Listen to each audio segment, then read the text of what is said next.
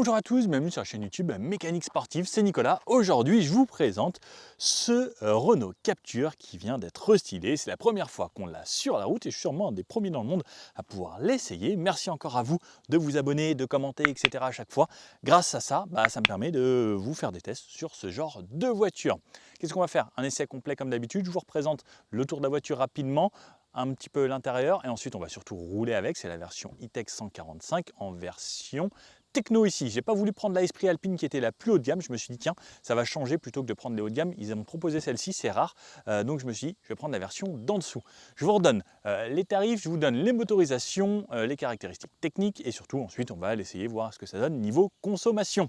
Ce Captur 2024, donc il commence à partir de 24 900 € dans sa version Evolution. Trois finitions, Evolution, techno comme aujourd'hui et Esprit Alpine. Au niveau des motorisations, plusieurs choix. Alors, on aura soit le 1 litre TCE 90, un essence, un 1 litre TCE 100 GPL, qui sera et essence et GPL. Ça, c'est celui qui est reprise de chez Dacia, que l'on connaît bien. Ensuite, il y aura des versions 1 litre 3, mais qui ne sont pas réservées du tout à la France, avec le 140 et le 155 chevaux, qui sont ça plus pour les autres pays, puisque chez nous, ils prendraient des malus, donc malheureusement, pas chez nous. Les deux premiers sont des 3 cylindres 1 litre et ensuite on a un 1 litre 3 TCE 160 000 d'hybride et cette version E-Tech 145 chevaux qui est une vraie version full hybride avec une batterie de 1,2 kWh dans le coffre comme on connaît chez Renault depuis pas mal de temps. Cette motorisation est quand même plutôt pas mal. On va le voir également pendant cet essai et regarder les consommations. Au niveau du gabarit, c'est une voiture qui fait toujours 4,24 m de long, 1,78 m de large ici sur 1,58 m de haut et un empattement de 2,64 m. Bon, il y a un camion qui arrive, je vais devoir me pousser. Désolé, je n'avais pas prévu qu'il y ait plusieurs camions qui passent au final. Au niveau du coffre, on verra que c'est plutôt spacieux. On a toujours une banquette arrière coulissante. Trois types de jantes du 17, 18 et 19 pouces maintenant sur les versions Esprit Alpine. Suspension qui a été revue sur les versions les plus haut de gamme, soit la version 160 MHD, soit la version E-Tech 145 avec une suspension un petit peu plus ferme et pour une voiture plus dynamique, ce qui est plutôt sympa lorsqu'on a plus de puissance. Effectivement, on veut quelque chose qui se dirige un petit peu mieux. Voiture à partir de 24 900 € comme je vous disais, pour une version Esprit Alpine en E-Tech, on sera aux alentours de 33 800 €. On peut avoir le toit vitré, on a une nouvelle couleur ici, le grège que je vous avais présenté en studio avec cette combinaison blanc et grège. Vous me croyez que là, au milieu des champs, genre il y avait vraiment personne quand je suis passé et depuis que j'ai commencé à tourner et à mettre la caméra, il n'y a que des camions qui passent. Bon, je me suis dit, je vais mettre comme ça, au moins ils pourront passer directement sur le côté. Alors, sur la face avant, comme on peut le voir, tout a changé sur ce nouveau Captur. Nouveau capot, nouveau bloc optique également pour les feux de jour qui changent. Donc, c'était apparu sur la première Clio qui était restylée, qui a, elle, lancé le mouvement, ensuite avec Rafale, Scénic, etc. Donc avec cette nouvelle signature lumineuse ici en 2000 losanges de chaque côté. Je ne vous refais pas le speech complet pour ceux qui veulent voir en détail. Il y a vraiment la vidéo en studio où je vous présente tout en détail. Mais feu LED Pure Vision, 100% LED à l'avant, éclairage LED également ici. Cette calandre qui évolue, nouveau logo Renault en plein centre. Et ensuite, donc on a cette partie, donc ça c'est peint d'abord par exemple le blanc ici et par-dessus le noir qui donne cet effet 3D avec une sorte de couche où c'est transparent, c'est plutôt joli. On peut avoir des caméras 360 qu'on n'a pas aujourd'hui puisqu'on a une version techno qui n'est pas la plus haut de gamme, une petite entrée d'air là fine qui est assez jolie, qui élargit un peu cette voiture et ensuite tout est peint jusqu'à là. Selon les versions, sur les Esprit Alpine, on aura la lame F1 ici qui sera peinte en grise. Là, elle est couleur carrosserie, donc ça différencie un petit peu moins, mais c'est la même. Les capteurs à l'avant parce qu'on a quand même les aides à conduite avec la conduite de niveau 2, ce qui est plutôt bien. Et ensuite des parties entièrement plastiques là sur toute cette bouche à l'avant, avec des entrées d'air ici, plastique assez standard et juste des petits rappels en laqué sur les côtés. Toujours les rideaux d'air pour le côté aérodynamique et sous le capot, comme je vous disais, soit 1 litre TCE 90, 1 litre TCE 100 qui fait essence et GPL, ensuite 1 litre 3 TCE 160 essence également, ou ce 1 litre 6 E-Tech full hybride. Alors sur le côté, on peut le voir directement, c'est le biton ici avec ce nouveau grège qui est un gris beige, donc greige, qui est plutôt sympa, qui est une couleur un petit peu champagne, qui colle bien avec ce blanc. On a le biton disponible qui nous donne 14 possibilités au final avec les couleurs. Il y a le gris rafale qui apparaît également sur cette voiture, donc ce nouveau greige pour le biton, pas en voiture complète, ça aurait pu être original d'un côté. Je crois qu'il y a peut-être un petit peu les Clio 3 qui ressemblaient à ce gris un peu champagne, si je ne dis pas de bêtises. Sur le côté donc, 4,24 m de long, ce qui en fait un gabarit plutôt compact pour un petit SUV urbain. 2,64 m d'empattement, on va voir ce que ça donne lorsqu'on sera à l'arrière également. 3 styles de jantes, 17, 18 ou 19 pouces pour les versions Esprit Alpine. Là, on est en 18 avec ce modèle-là. Alors, ils ont fait très simple, ils ont simplifié la gamme au maximum. Sur le côté, toujours arche de roue en plastique, bas de caisse en plastique. Petit rappel noir laqué quand même, juste ici. De ce côté-là, c'est l'endroit où on met le Esprit Alpine, mais ils ont quand même gardé quelque chose pour donner du style, en noir avec quelques petites paillettes tout de même. Alors ça donne un peu de style, ça habille cette partie. Les rétros qui sont aux mêmes couleurs que le biton juste ici, des entourages en noir, très simple, des poignées de jour type frigo, et de ce côté-là, on mettra de l'essence ou essence plus GPL. Comme on peut le voir, pendant que je parlais des entourages de fenêtres, il n'y a plus de chrome, il n'y a plus de cuir, parce que le chrome ça pollue, le cuir c'est pas bien, ça tue des animaux et ça pollue aussi le traitement. Donc on essaye de faire toujours de plus en plus écologique un petit peu partout. D'ailleurs, j'aimerais bien connaître votre avis, est-ce que vous êtes pour le cuir ou pour le cuir synthétique? Sur l'arrière comme sur le côté, très peu de changements, il y a juste cette partie-là qui change avec des blocs optiques qui sont passés un petit peu type Lexus, mais pas chrome à l'intérieur, un petit peu plus foncé, noir comme c'était le cas sur la Clio. Ils ont tout donné sur l'avant. L'avant, waouh, on ne reconnaîtrait pas la voiture si on me la montrait que de l'avant. Tu me dis qu'est-ce que c'est? Je dirais c'est une nouvelle Renault, mais peut-être un truc un petit peu plus haut de gamme. Et au final, non, c'est le Capture. Par contre, sur l'arrière, on reconnaît bien la même chose, la même unité. Tout est pareil. Là, il y a vraiment juste ça qui a changé de couleur. Au niveau du coffre, on a toujours la petite caméra intégrée au milieu du Renault ici, le Capture noté là. Bref, ça, vous connaissez.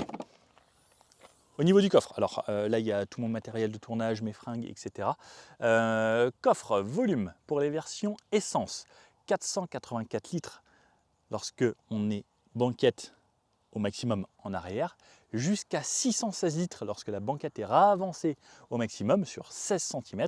Pour la version hybride que j'ai aujourd'hui, 348 litres dans cette configuration-là et 480 litres tout de même lorsque les sièges sont avancés. Alors vous allez voir, lorsque les sièges sont avancés, on ne fait plus grand-chose à l'intérieur. D'ailleurs, il est temps d'aller voir ces places arrière. Alors, au niveau des places arrière, on a une portière qui s'ouvre assez grand, portière 100% plastique dur sur l'arrière, juste un petit accoudoir ici en sky, un poil moussé, ce qui est quand même plutôt bien. Je rentre facilement et je vous avoue que lorsque la banquette est reculée au maximum, j'ai vraiment pas mal d'espace. Le siège à l'avant, il est réglé pour moi. Je viens fermer ici, lorsque j'ouvre, la fenêtre ne s'ouvre pas en entier. Ouais, j'aurai quand même un petit peu là sur l'avant-bras. L'arrière, si je mets juste le coude ici, ça va, ça ne me gêne pas. Mais il faut qu'il soit bien au fond. Je referme, vitre arrière surteintée sur cette version. Là, tout le pavillon qui est plutôt joli avec cette texture grise. Au niveau des genoux, c'est très spacieux. Au niveau des sièges, je suis bien. Ouais, on est vraiment pas mal installé. J'ai de la place sous le siège. C'est bien, c'est spacieux. Alors, par contre, dès que je tourne la tête ici, je vais me cogner la tête là. Il faut faire attention à ça. Il faudra hop un petit peu. Après, les fenêtres sont assez grandes. Par contre, effectivement, là, ce montant vient directement à côté de ma tête. Au niveau de la tête, j'ai de l'espace. Les appuis-têtes sont positionnés déjà assez haut, donc même pas besoin de les remonter. Petit tunnel central ici. Troisième ceinture directement sur la banquette. Et là, comme je suis sur la version Techno, sellerie en tissu, qui est plutôt agréable, et ce tissu au centre là est assez doux et c'est plus rugueux sur les côtés, ce qui permet d'avoir une meilleure accroche. Et les sièges à l'arrière sont bien creusés. Alors ça, je suis assez bluffé parce que ça offre un très bon maintien.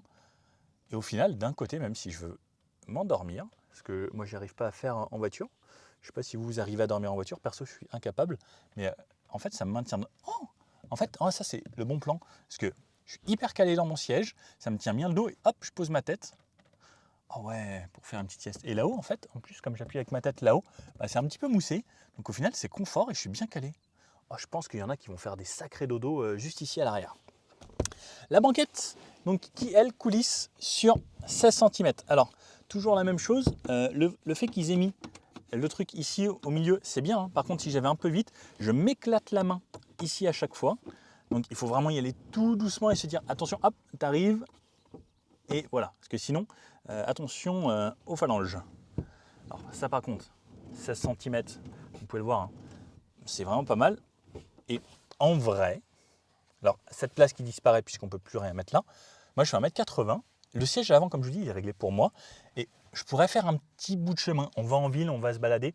Une petite demi-heure comme ça ici, en vrai, ça ne me dérangerait pas. Parce que voilà, je touche un petit peu, mais comme c'est bien creusé dans les sièges, ça pourrait le faire. 2 ports USB-C ici, une petite prise allume-cigare, la climatisation ici. Alors on peut juste régler le débit d'air, 2 filets à l'arrière, puis c'est pas mal. La place du milieu, hop, qui est plus dure, qui est remontée. Alors attendez, il y a une voiture qui arrive. Hop, je vous emmène comme ça. Hop là.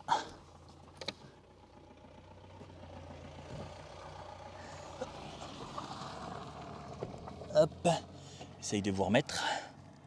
Ah mince, vous avez bougé. Hop, hop. Attendez, en fait, je vais ressortir. Je recommence. Hop, je reviens là. Pas facile toujours de trouver des coins de tournage où il n'y a personne. Place du milieu. Donc, le Nico, ici tient bien. Les ceintures, très intelligents, ils ont mis sur des lanières, donc ça permet de les bouger. Ça permet que ça ne me gêne pas du tout. Au niveau des pieds, je passe pas derrière les rails ici, donc il faut les pieds un petit peu écartés ou que je monte ici, mais pareil, les pieds un petit peu écartés. Au niveau du dossier, alors il est très... En fait, on dirait un matelas sur lequel on a envie de sauter. Vous savez, comme quand on est enfant dans les lits d'hôtel et... Waouh, waouh. Ça me fait assez rire. Mais c'est confortable. C'est plus ferme que sur les côtés, c'est un petit peu bombé. Donc là, par contre, cette fois-ci, j'ai pas de maintien latéral. Et justement, je vais venir tomber sur mes collègues sur les côtés. Donc j'espère que ce sera des gens sympathiques. Au niveau de la tête, il me reste beaucoup d'espace. Au niveau des genoux, ça reste correct, même si c'est pas creusé au niveau des genoux à cet endroit-là. Regardez, il me reste encore de l'espace. Donc plutôt bien pour cette partie arrière. Fixation top taser isofix ici et également sur le siège à l'avant. Donc 3 sièges bébés dans cette voiture. Allez, le petit tour de la voiture dans ce beau paysage où on est en plein milieu des champs de blé ici. Alors je ne sais pas ce que c'est comme montagne là-bas, mais en tout cas il a l'air de bien pleuvoir. Ici, donc ce nouveau Captur. Et comme je vous dis, en fait, là, on ne reconnaîtrait pas du tout le Captur. Il y a un avion qui passe juste au-dessus. Il n'y a quasiment pas d'avion qui passait depuis tout à l'heure. Cette nouvelle signature lumineuse, le côté, on en fait le tour comme ça. Ces nouvelles jantes. N'hésitez pas à me dire ce que vous pensez de ces jantes-là. Regardez. J'attends votre avis dans les commentaires. J'en ai parlé un petit peu avec un des chefs produits. Voilà. Vous me dites ce que vous en pensez. Je suis assez intéressé. Oh là, mais j'ai failli mourir encore une fois. Je ne sais pas ce qui m'arrive aujourd'hui, les amis. Et vous allez voir tout à l'heure, problème de GoPro, il y a tout qui lâche. Enfin, journée compliquée. Comme je dis, j'essaye de rien vous cacher. On est tous des copains maintenant.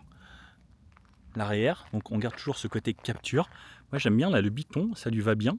C'est très léger en fait entre ce blanc et ce grège, mais j'aime bien la combinaison, en fait c'est léger.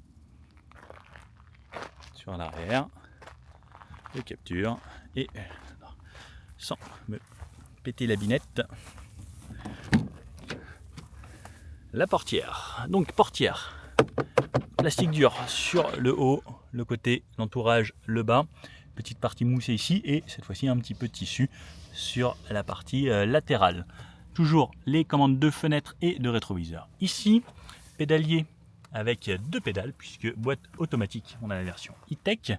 Les sièges avec une petite évolution, ce nouveau logo Renault qui apparaît ici tout discrètement mais qui amène un petit peu de style. Pareil, ça qui est nouveau sur le côté, comme ces sièges juste ici. Je suis en train de me faire dévorer les amis par des insectes.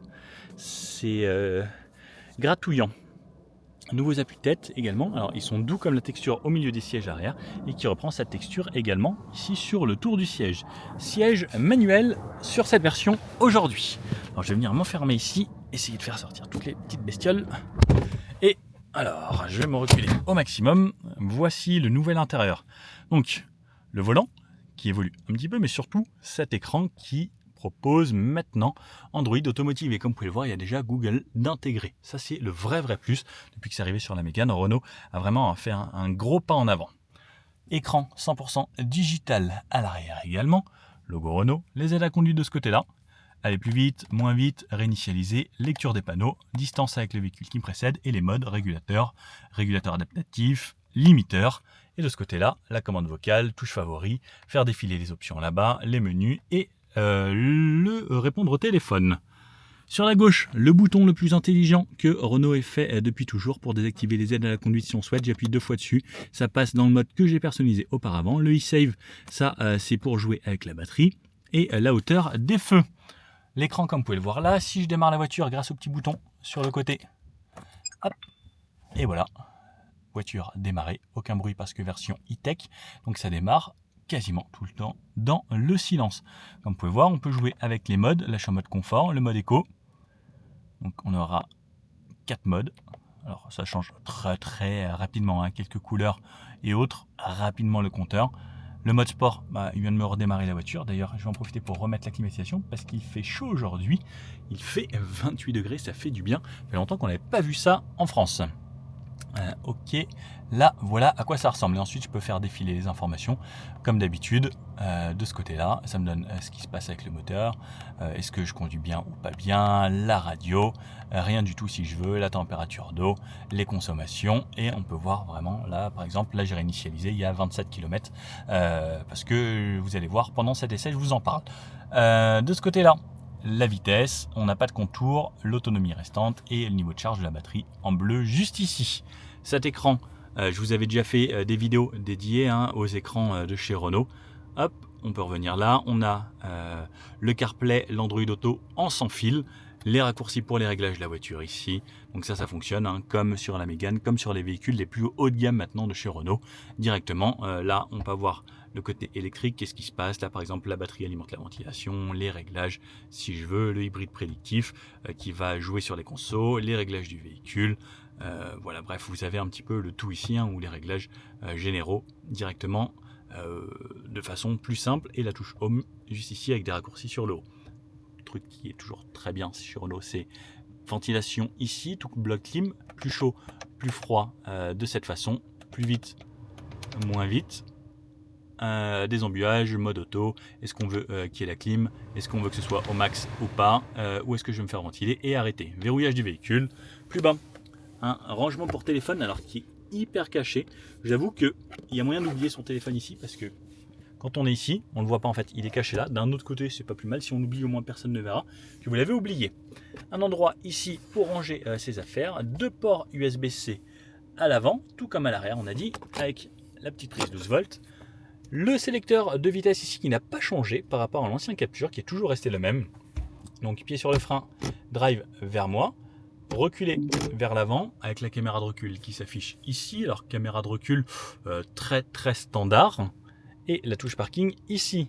Drive, si je tire une deuxième fois, je passe en B, le mode break, et la touche parking à cet endroit-là. Un autre rangement situé sous cette console flottante ici. Donc niveau rangement, on a ça, plus les côtés ici, ce qui est pas trop mal.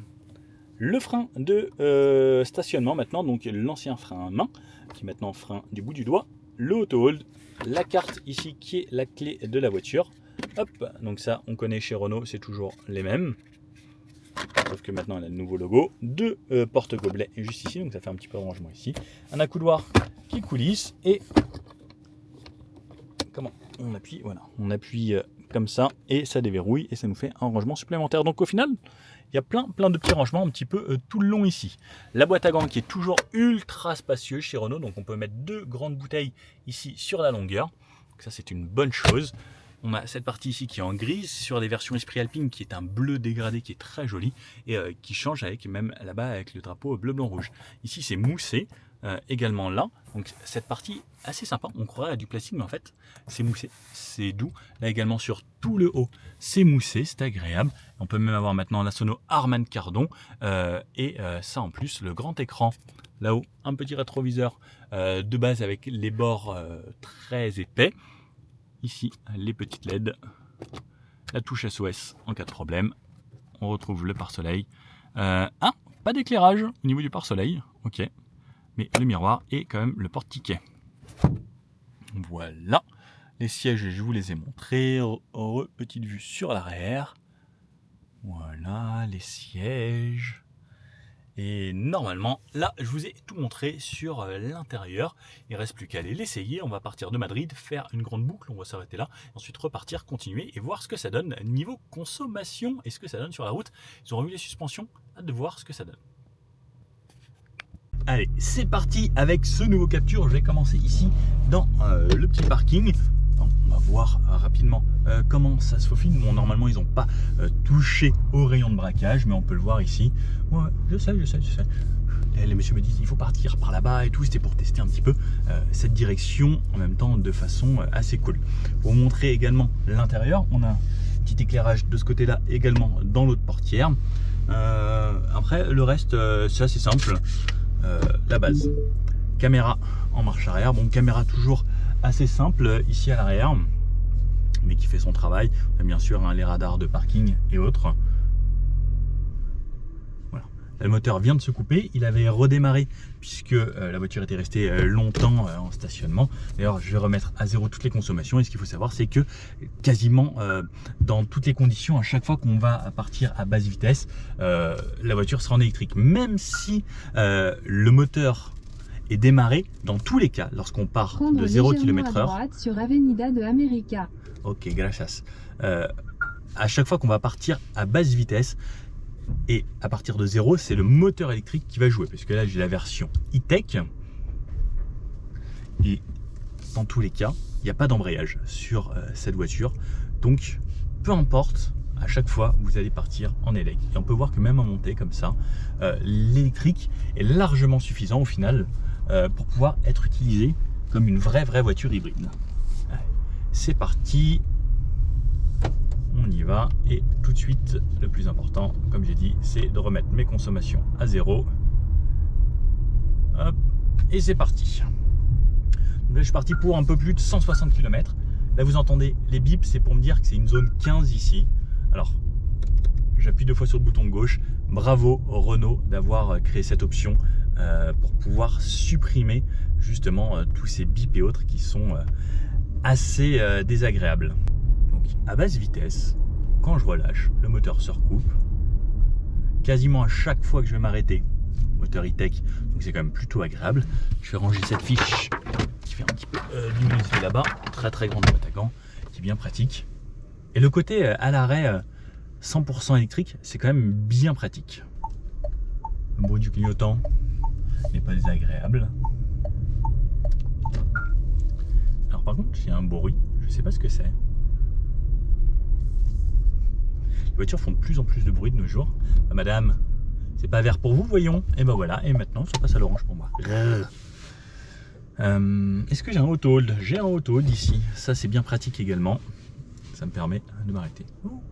Bon Arcana, qui était encore lui en RS Line, et ça c'est fini maintenant. RS Line, c'est Esprit Alpine. Et j'ai pas voulu prendre la version Esprit Alpine aujourd'hui. Je me suis dit tiens, je vais prendre une version plus basique, la plus basique de ce qui vous proposait à l'essai. Donc c'était Esprit Alpine ou Techno, comme ça. Je me suis dit allez, let's go pour Techno. Donc pour la ville et le quotidien, c'est quand même franchement intéressant hein, comme voiture. Ça se conduit bien, c'est pas trop gros, c'est le gabarit on va dire assez idéal en petit SUV compact.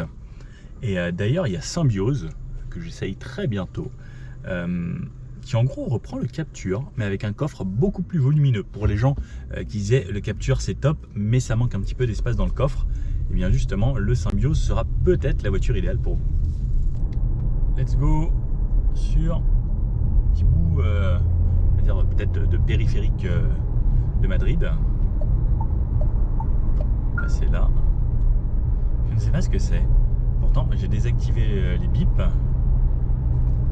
Je n'ai vraiment aucune idée.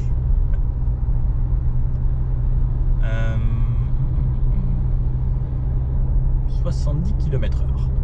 Le moteur tourne. Je n'ai aucune idée de à quel régime je suis, puisque maintenant on n'a plus les régimes moteurs. Obstacle latéral détecté. D'accord. un scooter qui s'est rabattu un petit peu. Donc on a de plus en plus d'aide à la conduite. J'avoue que des fois c'est peut-être un petit peu intrusif, même si déjà on peut personnaliser un peu comme on le sent nos aides à la conduite. Alors à 70 km/h, même en montée, si on n'appuie pas trop sur la pédale d'accélérateur,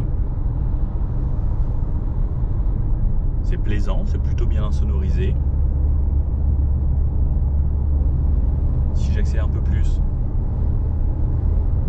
c'est un petit peu de répondant. Ça met un petit peu de temps par contre, le temps de tomber un rapport lorsque j'ai besoin de vraiment réaccélérer fort. Alors, il y a le petit côté électrique qui vous dit hey, je suis là un petit peu, je vais supporter un poil cette accélération, mais pour avoir vraiment 100% de la puissance, il faut que ça tombe 1, 2, 3 rapports. Et il y a un petit délai tout de même d'au moins une seconde avant que ça se mette vraiment en place. L'insonorisation est plutôt correcte. Avec une M5 qui passe à côté que j'entends très peu.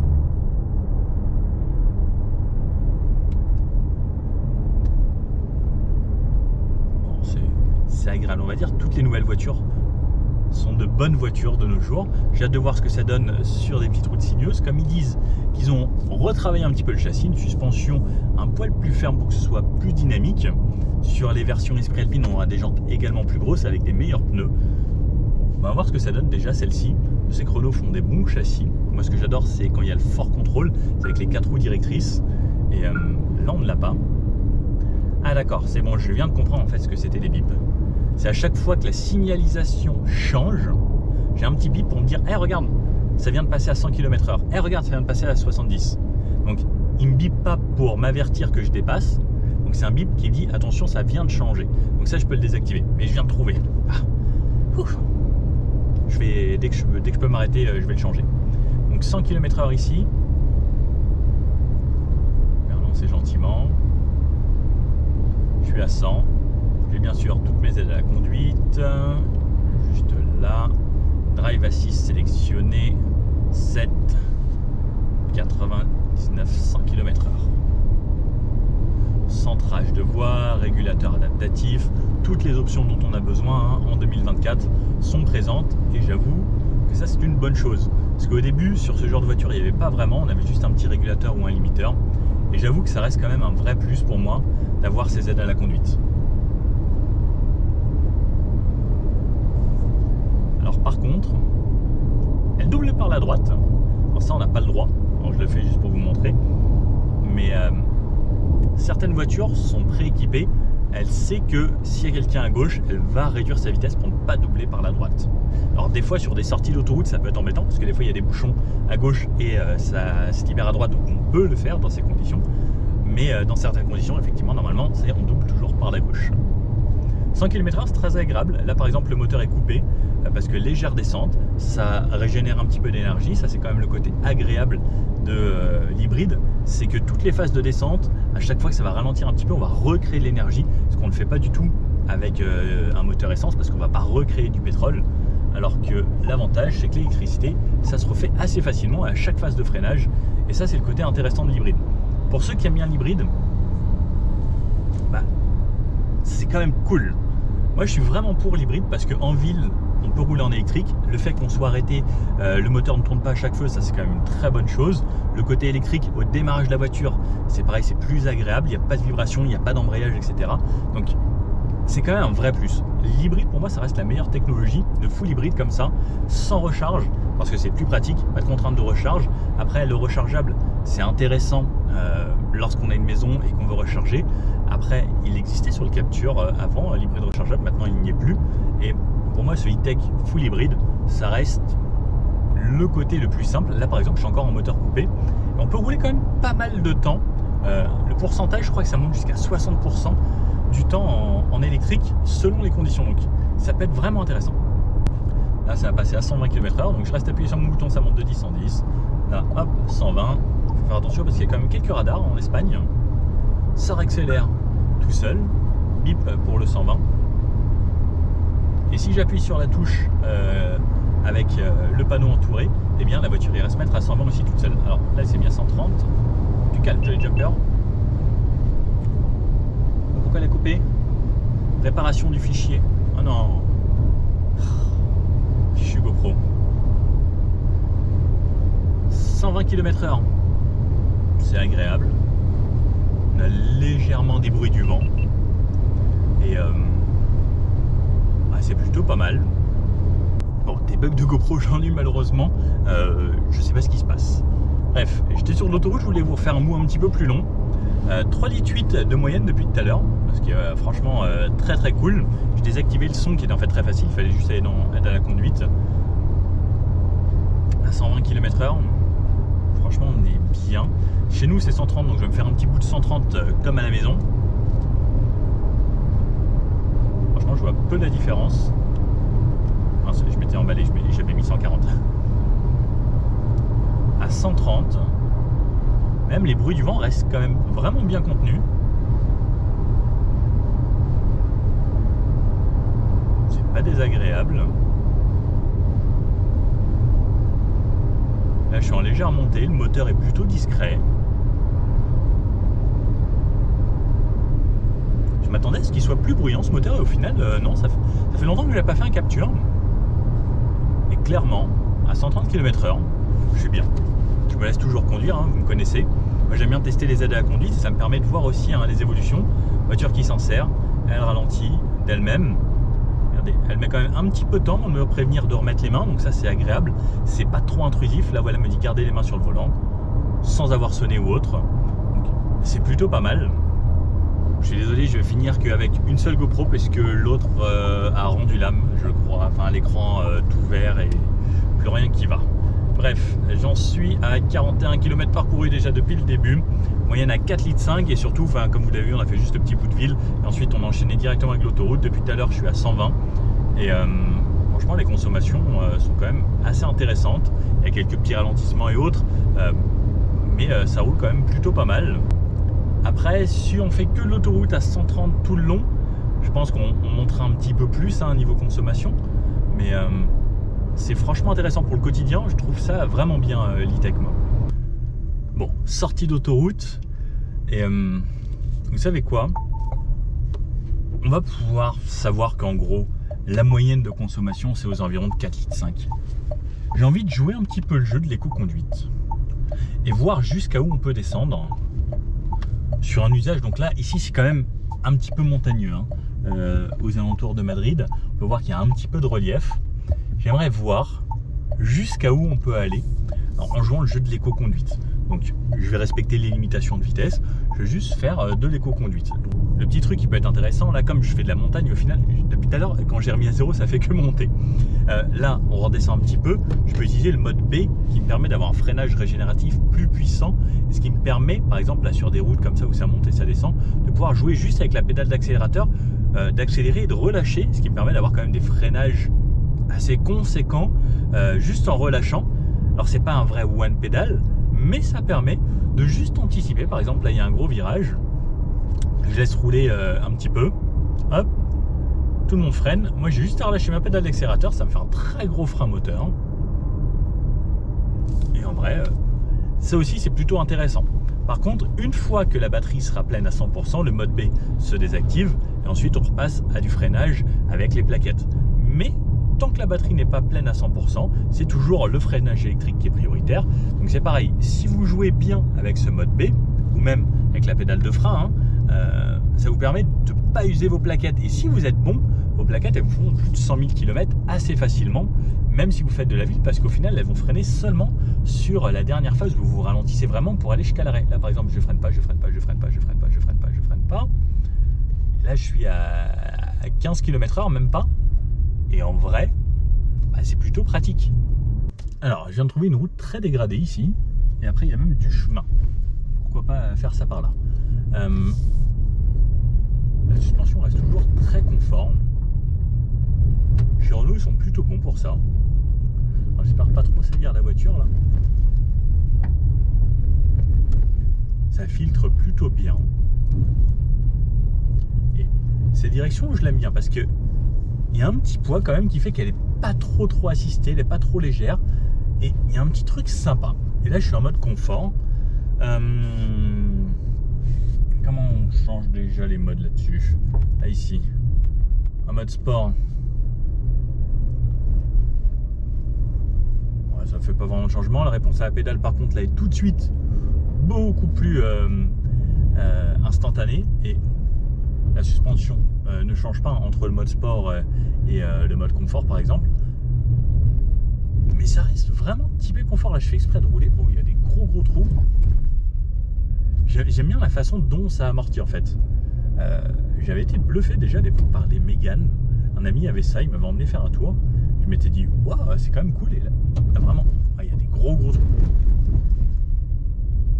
Je pense que ça fait très bien le job. Allez, petite manœuvre ici. Hop. On est vraiment en plein milieu des champs. C'est assez marrant. Avec la tempête là-bas, là. Hop. Ça braque plutôt bien. Et c'est reparti. Alors, je vais enlever le mode sport qui n'est pas forcément utile. Ah, ça tape ici. Hein. Non, le mode confort est très bien. Il y a peut-être un petit peu de mode éco.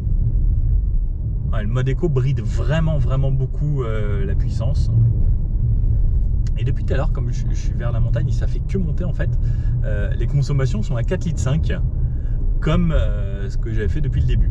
Donc on va dire que là c'est comme si on était retourné à la même chose qu'aux consommations standard. Bon, ma deuxième GoPro que je mets là ayant complètement rendu l'âme, vous allez passer sur la tête à Nico. Allez, vous savez quoi, comme on est sur un petit chemin ici de gravier, vrai chemin de campagne, où c'est pas mal abîmé, on va se le faire ensemble. Hop, comme ça vous pouvez constater également le rayon de braquage, marche arrière, hop, et on va se le faire à bon rythme. Ça on va voir ce que ça donne sur du chemin. Alors sachant que c'est quand même pas mal dégradé ici, hein. Donc suspension un poil revue quand même plus ferme qu'avant, mais comme je vous disais tout à l'heure, sur le chemin là-bas, sur la route, c'était très confort. Alors là, oh, il y a vraiment de gros trous. C'est impressionnant à quel point ça reste confortable. Alors ça sautille un petit peu, hein, parce que, enfin, je sais pas si vous vous rendez compte, mais ouais, si j'avais pas parlé, c'est d'un confort. Ouais, bah je vais pas vous dire de bêtises, mais c'est vraiment top de chez top. Ce qu'on va pouvoir profiter, c'est une route ici où il n'y a absolument personne, se mettre le mode sport et se faire le 0 à 100 en même temps. Vous êtes prêts? Allez, full gaz, ça part bien le départ, et plus énergique en sport. 50, 55, 62, 68, 70, 80, 90, 100, 100 à 0. Ça freine plutôt bien. Et sachant que j'étais dans la poussière un petit peu avant, les pneus n'étaient pas chauds du tout, donc on peut avoir un freinage un petit peu mieux. Allez, je repasse en mode éco pour jouer l'éco-conduite que j'essayais de faire jusqu'à là. Donc là, c'est un petit peu réaugmenté les consommations. 5 litres 3, ouais, ça a quand même pas mal réaugmenté. On va faire en sorte de rebaisser un petit peu tout ça. Hop, allez, on va essayer de rattraper. Donc là, par exemple, ça tourne fort ici. Ouais, ça tient plutôt bien. Léger sous-virage, mais ça se rattrape franchement bien. Et elle est saine en fait. C'est assez agréable et on a pu rattraper ce monsieur très rapidement. On va se refaire la descente quand même. Allez, sur la descente, pareil, donc le petit virage successif, à bonne allure. Elle ne s'écrase pas vraiment la voiture, donc ça c'est une bonne nouvelle. Le freinage est plutôt puissant. Ah, elle enroule un petit peu de l'arrière, c'est marrant ça. Ah ouais. En fait, elle a limite un petit comportement joueur lorsqu'on arrive un petit peu en appui sur l'avant. Et non, c'est plaisant. Petit sous-virage qu'on arrive à rattraper assez facilement. Agréable. Mais, et même quand je fais ça, en vrai, elle s'appuie un petit peu. Mais comparé à l'ancienne, oui, c'est bien possible que ce soit un petit peu plus dynamique tout de même. Même si l'ancienne avait un comportement correct, là, c'est plaisant. Et en vrai, sur des petites routes à bon rythme, ça donne envie de rouler à bon rythme, sans que ce soit sportif, attention. L'insonorisation est correcte, les bruits de roulement sont bien contenus. Le fait d'avoir des jantes pas trop grandes, ça filtre bien toutes les anomalies qu'il y a sur la route. Autant vous avez vu tout à l'heure sur lorsque c'est bien abîmé, c'était confort. Donc imaginez-vous sur ce genre de route. Et là on a affaire quand même à un paysage qui est quand même assez joli, hein. avec les montagnes. Il n'y a quasiment personne, super soleil. Par contre là-bas, ça va, on a esquivé, elle est passée par là-bas la pluie. Bon, je me permets de vous en faire profiter un petit peu. Hein. Et on aurait pu avoir un toit ouvrant en option. Mais ils ont décidé de ne pas le mettre aujourd'hui. D'ailleurs, vous êtes team toit ouvrant ou toit fermé vous? Test rond-point en plein milieu de nulle part. Alors, dans les sièges, j'ai un maintien normal, sans plus, c'est pas des sièges sportifs. La voiture tient plutôt bien. Franchement, c'est agréable. Alors ça, c'est pour me dire qu'il y a un radar normalement. Et comme je refais plusieurs fois le tour, elle me prévient plusieurs fois. Et si je prends un petit peu de rythme, ouais, ça sourire légèrement, mais c'est pas méchant. Et même sur le changement d'appui, la voiture reste plutôt stable. C'est pas gênant. Et ça, c'est gentil, à chaque fois le toum, ça me prévient d'un radar. Et je crois que ça fonctionne en France aussi. Hein. Me voici re-arrivé dans Madrid en n'étant passé que par des petites routes et sans avoir dépassé les 90 km/h. Et moyenne à 4 litres 1 ici. Monsieur, madame, merci bien. Bonjour. Donc, on a dit 4 litres 1 de moyenne. Ah mince, je crois que je suis monté, il fallait pas monter. Les voitures, il fallait les laisser en bas. Flûte. J'avais pas vu que le petit parking était caché juste en dessous. Hop. Retour ici à l'intérieur. Merci monsieur, et va nous ouvrir. Ok. Ouh, il y a l'air d'y avoir de belles voitures ici. Oh mon dieu, une Gallardo. Ça fait longtemps que j'avais pas vu une Gallardo. Oh, une 360. Oh là là, j'adore. Ah, c'est un beau parking ça. 360 Spider. Camaro. Hummer H2. Hummer H2. Il y a des trucs sympas là dans ce parking, dis donc. Petite Audi couleur très cool. Je crois que c'est là qu'il faut aller. Petite Maserati Gran Turismo. Et moi par contre, ce que j'adore, mon rêve à l'époque c'était ça. Oh, qu'est-ce que c'est beau la Gallardo. Oh, j'adore. Bon allez, moi je ramène la voiture là où il y a d'autres voitures un petit peu plus traditionnelles avec des captures. Retour avec tous les copains en capture. On dit de le poser là. Et là vous pouvez en voir d'autres couleurs. Bon, petit débrief. 4 litres 1, j'aurais pensé faire un petit peu mieux. Alors peut-être qu'il y a la conduite dynamique qui a joué un poil. Et le 0 à 100, alors ça a forcément impacté un petit peu cette consommation. Je pense que j'aurais peut-être pu réussir à faire en dessous des 4, mais je m'attendais à faire un petit peu moins. Après, c'est une très bonne voiture. Châssis correct. Plutôt bien insonorisé. Le E-Tech fonctionne pas trop mal. C'est sympa, le look est cool, l'avant bien plus sympa qu'avant. Alors ça modernise beaucoup sur l'avant. Et en vrai, même si vous voyez là, hein, l'arrière a un petit côté plus cool. Et elle est même là en rouge, en version évolution. Ouais, sympa. C'est une bonne auto. Voilà. Pour tous les jours, je pense que ça fera largement l'affaire. Il y a quand même de la place à l'arrière. À l'avant, on est bien. Le truc, on est tous les trucs modernes avec Android Automotive, les écrans, etc. Ça rend cette voiture beaucoup plus moderne. Et ouais, bah, voilà, comme les Renault de nos jours, hein, on va pas critiquer parce qu'en vrai, tout est plutôt bien. Donc voilà, n'hésitez pas à me dire ce que vous en pensez. Plutôt Capture ou plutôt Symbiose, vous qui va arriver bientôt d'ailleurs. Parce que le Symbiose, en gros, c'est le même châssis, sauf que plus grand coffre et pas cette version un petit peu comme ça, c'est plus carré, version scénique en gros. Voilà. Est-ce que vous, ça vous suffit comme coffre ou vous avez besoin de plus grand? D'ailleurs, pourquoi vous avez besoin de plus grand? Est-ce que vous en servez souvent du grand ou est-ce que vous dites c'est plus au cas où? Voilà, petite question. Bon, à bientôt, des bisous et puis on se revoit très vite. Ciao!